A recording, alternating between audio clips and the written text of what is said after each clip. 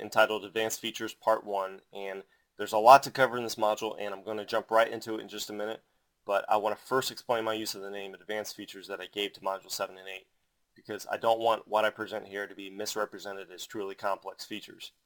I use the term Advanced Features here loosely because in reality, the features presented here in this module as well as Module 8 are really no more advanced than features presented in previous modules. In fact, compared to GI solutions and things like image sampling, which were explained in the first two modules, these features should actually be much easier to grasp. So I call all of these features advanced because while they're not advanced in terms of complexity, they really should be reserved for a time when you're at an advanced level of work. Otherwise, you're probably just going to make things more difficult for yourself. Everything that I've discussed in these modules has been presented in a very precise order, in an order that starts with fundamental concepts, i.e. critical settings, and then builds progressively upon those concepts in a way that maximizes understanding and minimizes confusion. And I've tried to do this by minimizing variables whenever possible. For example, even though this is a class based primarily on lighting techniques, I kept lights out of the discussion until Module 6 because they simply weren't necessary in a discussion on image sampling, HDRIs, QMC, GI, etc. As another example, I haven't talked about the V-Ray physical camera up to this point because this particular feature can completely change the way illumination in your scene appears. If I gave this completed scene to a V-Ray user with very little experience and then asked the user to replace the standard camera that was used to render this image and replace it with the V-Ray physical camera, I might get an image like this back, or maybe something like this. So until you have a good understanding of all the other things that have been discussed in the first 6 modules, you probably shouldn't try using things like the V-Ray physical camera because you'll just be making things hard on yourself. It would be like putting the cart before the horse. Now, with that said, the first feature that I want to talk about is progressive path tracing. There are so many great things about this program, V-Ray, and I think one of them would have to be the wide range of tools available to get the same end result. In this case, progressive path tracing is certainly another tool that should not disappoint. It's a rendering method that uses the light cache algorithm to progressively render the final image all in one step, bypassing all the normal steps that are processed individually one at a time. Steps like primary bounce, secondary bounce, image sampling, depth of field, caustics, and so on. So instead of creating these steps individually, it processes everything all in one larger step. Now, there are 2 things that make this rendering method such a great choice for your work. First, there are very, very few settings that you need to worry about when using this method, and therefore it's very simple to use. I'll explain what these are in just a moment. The second great benefit of this method is that you get a final rendered image the moment you start rendering. What I mean is that because there's only one step in the rendering process, and since the entire image is rendered all at once, you literally have a final image rendered almost instantly. The only caveat is the rendering quality is poor at first and progressively improves over time. When the rendering has reached a sufficiently high enough quality, you can stop the rendering and immediately use the rendered output. Now, since progressive path tracing uses the light cache algorithm, it should be no surprise that this method is enabled within the light cache rollout. It's one of the 4 available light cache modes, and when enabled, the light cache interface isn't changed and nothing is ghosted out. But as I said, there are very few controls that guide the render quality of this method, and the only setting that really matters here in the light cache rollout is the subdivision setting. This setting still represents the square of the number of rays or paths that are traced, hence the term progressive path tracing. If you remember from Module 2, I said that a good value for production renderings would be values from 1000 to 2500. And in Module 4, I said that for animations, this might need to be substantially increased because the sampling is spread out over the course of the entire animation path. Well, when progressive path tracing is used, this value should really be set much higher. But a big determining factor on just how high to set it is the rendered image size. And to demonstrate this, I'm going to render this view from this particular scene at 100 pixels by 100 pixels.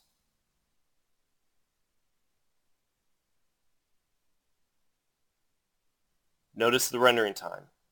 And now I'm going to render the exact same thing at a screen size of 300 by 300. Notice the rendering time didn't change. And once again at 600 by 600.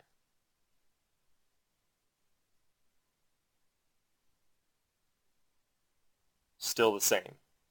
This is because the same number of rays or paths will be traced regardless of the rendering size. So the higher the resolution, the more number of rays that you really need to be traced. So how do you determine the number of rays? You could always just set the subdivision at a really high value to a maximum value of 65,000 and let the rendering process continue until you get the image quality you need. But just so you aren't blindly using values without knowing what subdivision value will really produce nice, smooth, noiseless images at varying image sizes, you will need at least 1,000 samples for every pixel in your rendered image. And to put that into perspective, consider the following example. If you use a subdivision value of 1,000, then of course the number of rays being traced is 1,000 times 1,000 or 1 million. Likewise, if you render an image 1,000 pixels by 1,000 pixels, then of course your image will have 1 million pixels in it. Therefore, using a subdivision value of 1,000 on a rendering of this size means that you're going to have one sample ray taken for each pixel. If you render with such a configuration, clearly the image is not a good one. And as I said, you really need something in the neighborhood of 1,000 rays per pixel to get decent noiseless quality. So to figure out what your subdivision value needs to be, determine the number of pixels in your image, multiply this number by 1,000, and then take the square of that number. That number is what you'll need for the subdivision value. So in this example, I have 1 million pixels on my screen or in my image, and so multiplied by 1,000, I know that I'm going to need 1 billion rays. The square root of 1 billion is 31,622. So that's the value I'll need when rendering an image size of 1,000 by 1,000. Now, since the subdivision value represents the square root of the number of rays traced, doubling the rendering size means that you're going to need to quadruple your subdivision value to get the exact same rendering quality. This in turn quadruples your rendering time almost exactly, in fact. Now, there's a few more really important things to remember about progressive path tracing.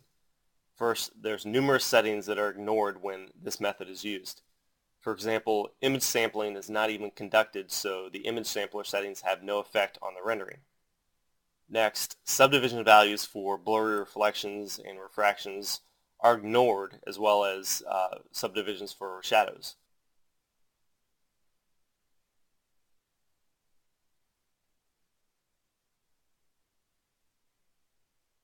And notice here when I render this region using light cache in single frame mode, a subdivision value of 1 for the sun's shadows results in a great deal of noise.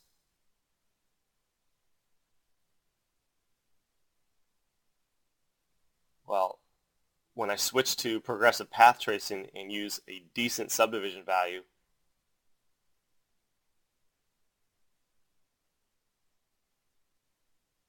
I get noiseless shadows.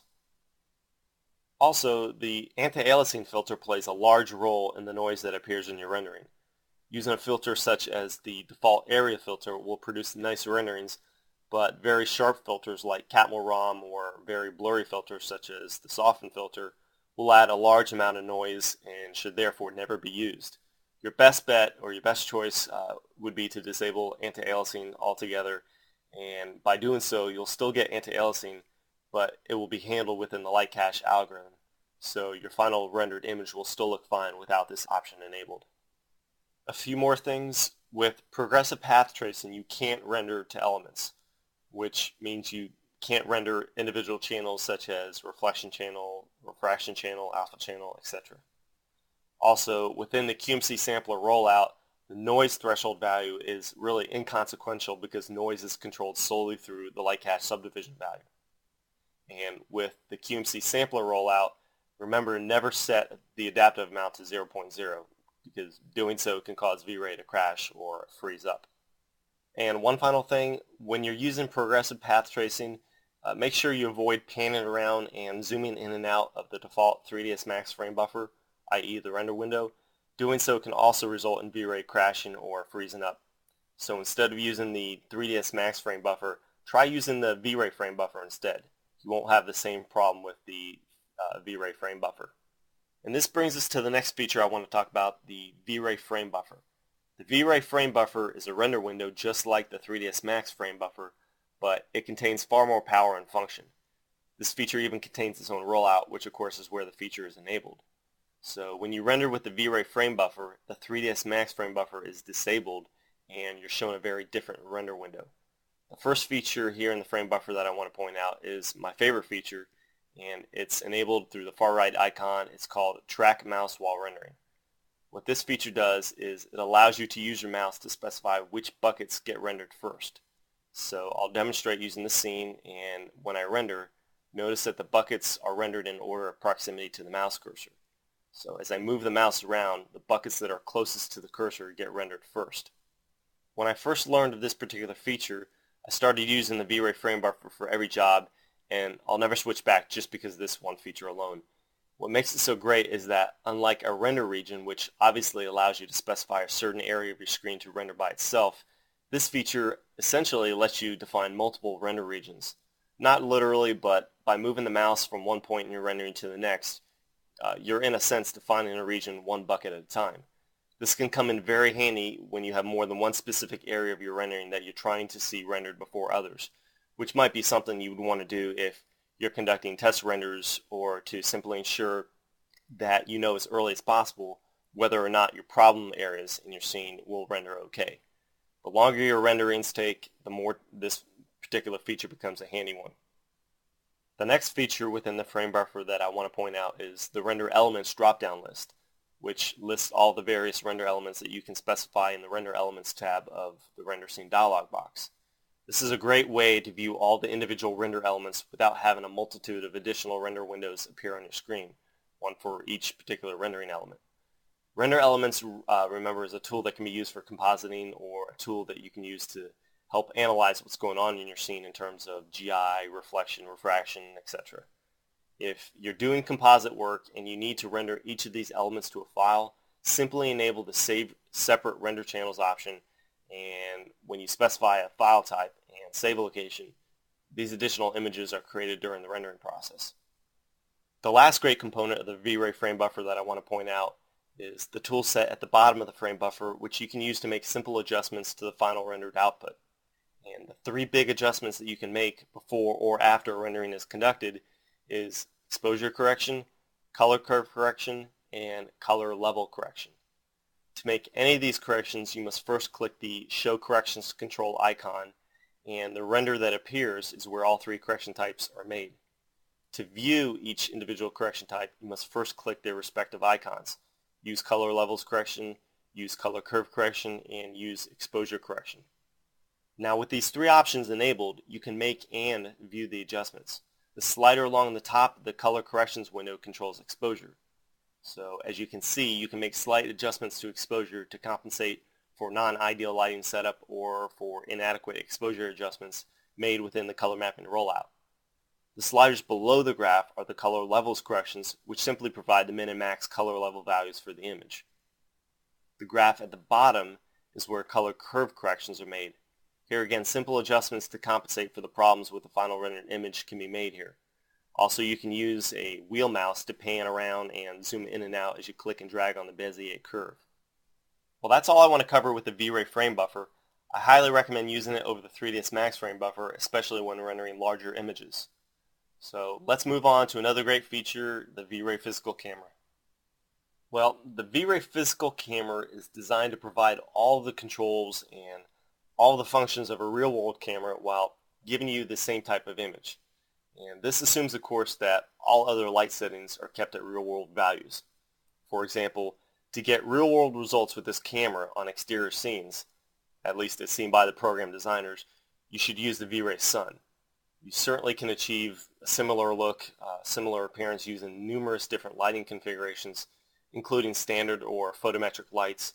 However, if you're trying to equate the V-Ray Physical Camera settings that you use with what you would see or what you would use with the same settings on a real camera in the real world, then you can most easily do so by using other features and other settings that attempt to mimic real-world lighting.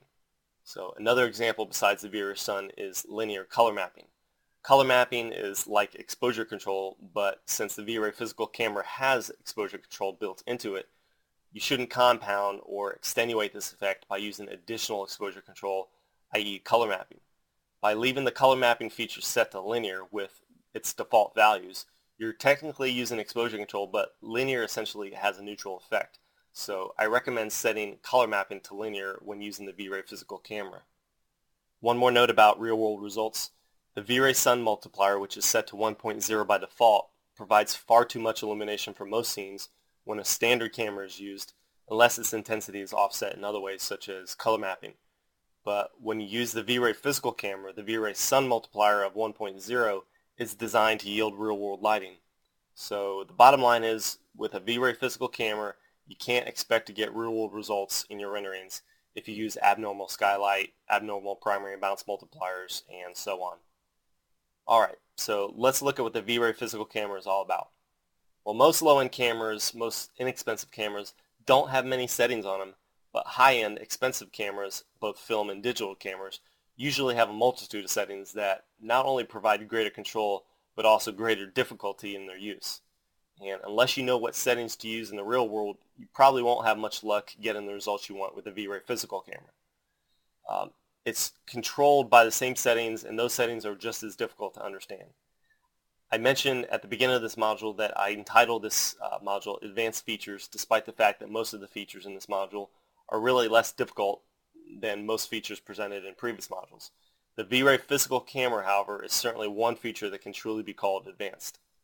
And because it's such a complex feature with so many controls, what I want to do here is highlight the really important ones. You can certainly use all the controls at some point in your work to create unique or unusual effects, but like all areas of Max and V-Ray, there's some controls that must be considered for every project and other controls of lesser importance that can really be disregarded for other projects. You can take a year-long college course on photography and still be considered a novice. So again, the point here is just to understand the fundamentals of photography and cameras that will make it possible to use this V-Ray physical camera successfully. When you take a picture with a real film camera, a device called a shutter opens temporarily, allowing light to pass through it and strike the film that is later developed.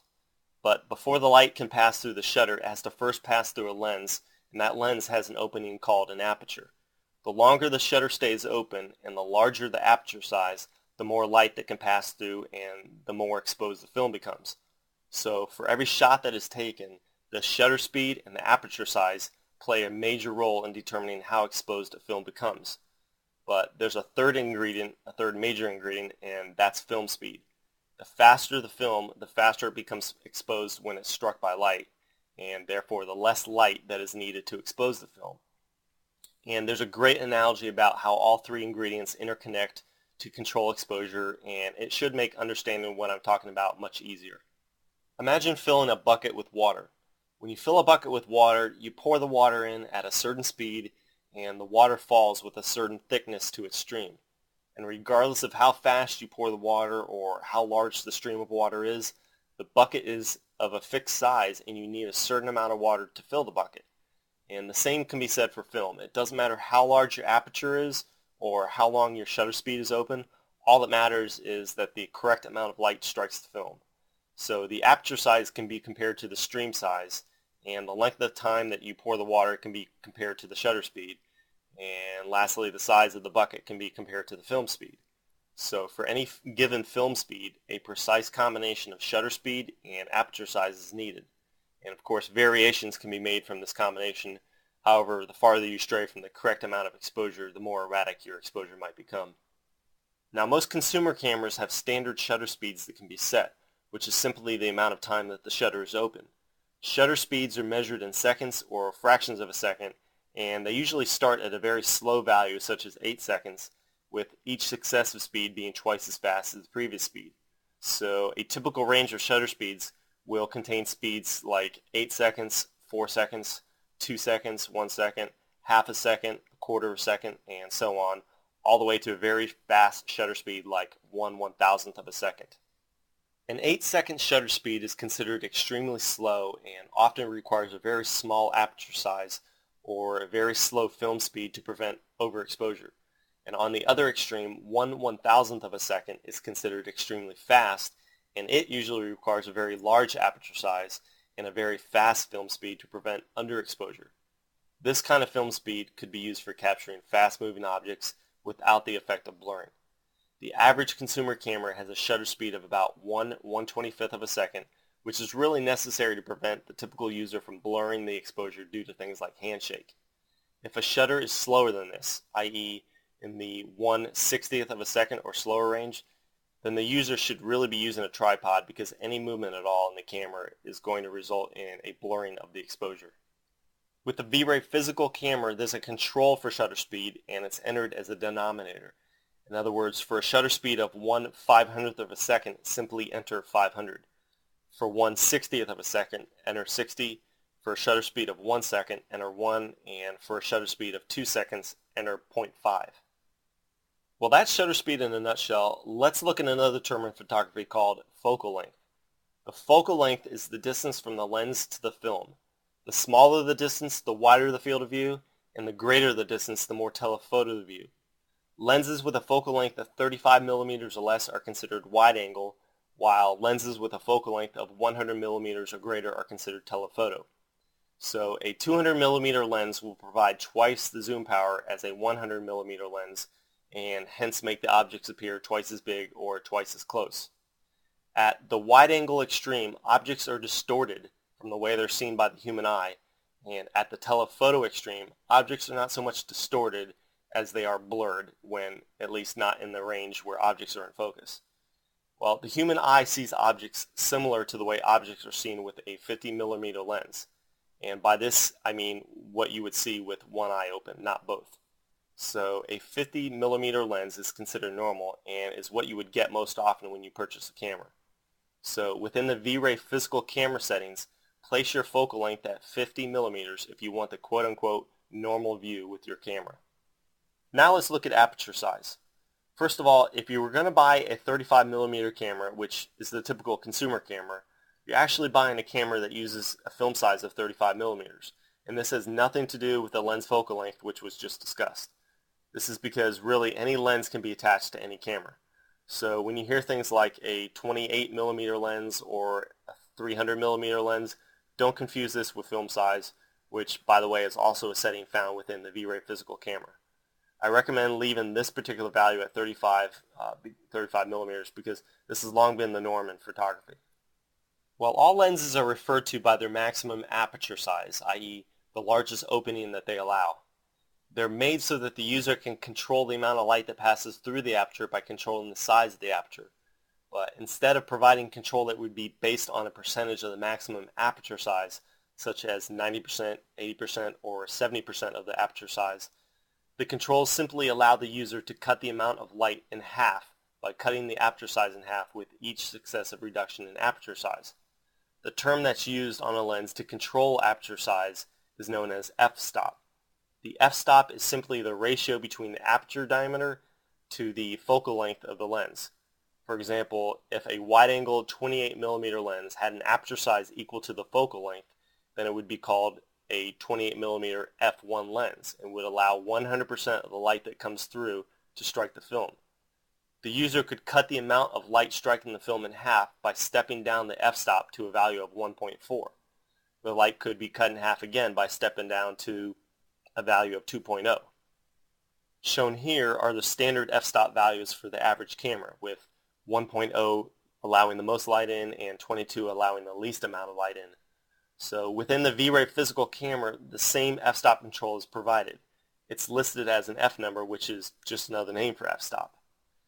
Now, it's not so critical for an explanation of the V-Ray physical camera, but I thought it would be interesting to mention that not all lenses have an f-stop of 1.0 or 1.4. In fact, few lenses do, and it's because the cost of the lens and the weight of the lens begins to skyrocket as the aperture size increases. This has to do with the complexity of housing a lens with such a large aperture, but the important thing to remember is that a lens with an f-stop of 1.0, 1.4, and 2.0 would be considered fast because they allow a lot of light in really fast, and fast lenses are expensive and not the norm. A lens with an f-stop of 2.8 would be considered a normal lens, and it would have a maximum aperture size of 1/8 of the focal length. And just to make this easier to see graphically, here's a table showing the relationship of f-stops to the diameter of an aperture to the area of an aperture for a 50 millimeter lens. So if you look down the column on the right showing the area of aperture, you can see the doubling and the halving going on up and down the column. You can also see how the big f-stop numbers equate to smaller areas. Okay, well, so far we've looked at shutter speed and f-stops, two of the three major controls that affect exposure within a camera. Of course, film size was mentioned as well as focal length, which is a component of the f-stop ratio. The third major ingredient to the exposure of film is the actual film speed. Film is made with a variety of speed, defined by how fast it becomes exposed when it's struck by light. But the speed of film is based primarily on how large the grains of silver are lining the surface. And this is because the larger the grains of silver, the more sensitive the film is to light, and the faster it becomes exposed when struck by light. The smaller the grains of silver, the less sensitive the film is to light, and the slower it becomes exposed. The quality of the developed film is directly related to this grain. So film with large grain will be of lesser quality than film with very fine grain. High quality film, i.e. slow film, like the kind used for portraits, is made with very fine grain, which makes it less sensitive to light and requires more light to expose it. Film with large grain is more sensitive to light, so it's considered fast film and requires less light to expose it. Fast film is used for poor lighting conditions or for shooting fast motion, and in a perfect world, film wouldn't contain any grain, but the fact is, the faster the film, the more likely the developed image will show some visible grain. So choosing film is a matter of deciding how much grain you can live with and how long you can stand to have the shutter stay open, i.e. shutter speed.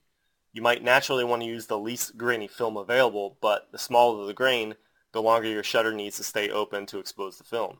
The longer your shutter stays open, the more likely you are to have a blurry image, which can be even more detrimental to your image quality than film grain. Just like camera controls, the industry uses standard film speeds, and they are 25, 50, 100, 200, 400, and 800. Going back to the analogy of the bucket of water, just like the bucket needs a certain amount of water to be filled, each film needs a certain amount of light for it to be exposed. With a film speed of 100, you would need twice as much light as film with a speed of 200, yet half as much as film with a speed of 50. Well, like shutter speed and f-stop, the V-Ray physical camera has a setting for film speed, and like a real-world camera, you'll get all the same qualities in the final image that you would get with a real-world image. The default film speed of 200 is the average film speed used in a real camera, and it's a decent choice for a typical daytime scene with partial to full sun. If you want to capture nighttime scenes or fast-moving objects without the excessive blurring, you should use faster films like 400 or 800. If you want to reduce grain in the image or accentuate the blurring effect of fast-moving objects, try a speed of 100 or less. Now, to bring all this together, we know that the shutter speed and f-stop settings control the amount of light that reaches the film. And you could use a wide range of combinations of these two controls. For instance, if we use a light meter in the real world and the meter tells us that a shutter speed of 1/125th of a second and an f-stop of 8 is the correct exposure, any of these combinations of shutter speed and f-stop would work, i.e. any of these combinations would allow in the same amount of light. Well, that does it for the three major areas that I wanted to cover here in Module 7. Now let's briefly review the most important points. The first feature covered, progressive path tracing, is really a nice feature for inexperienced users who just don't want to have to worry about a lot of settings to get right. But it's also good for experienced users. An experienced user that has a lot of time available for rendering might find it convenient to bypass a lot of the test renders and just put the rendering in motion and stop it when it's of sufficiently high quality. An experienced user who has a small amount of rendering time available might also find it convenient not to have to wait for an irradiance map to be calculated, as well as the entire image to be completed before having something that they can use. When this rendering method is used, the subdivision value needs to be set really high, and for a good quality noiseless image, it needs to be set so high that you have at least 1,000 sample rays for every rendered pixel. Also remember to disable anti-aliasing when using this option. With the V-Ray frame buffer, the track mouse while rendering option is great whenever you want to see multiple non-adjacent regions finish rendering first. And along the bottom of the V-Ray frame buffer are numerous icons that give you access to controls which you can use to make small adjustments in color levels, color curves, and exposure. You can actually change the image drastically, but I say small adjustments because you really shouldn't be making large adjustments here. If such large adjustments are needed, you should first attack the problem in other areas of V-Ray. Finally, the V-Ray physical camera is a fantastic feature like no other that allows you to produce a unique and realistic look to your renderings with all the great features found in a real-world camera. And this is a unique and advanced feature which only compounds the complexity of your lighting setup. But when you understand what all the major features do, you actually have a far greater amount of control over your rendered output, just like a photographer in the real world. Things like adding motion blur or depth of field can be handled automatically with a V-Ray physical camera, as well as numerous other qualities that weren't discussed here. So experimenting with some of these additional features might be worthwhile at some point in your work. And this concludes Module 7.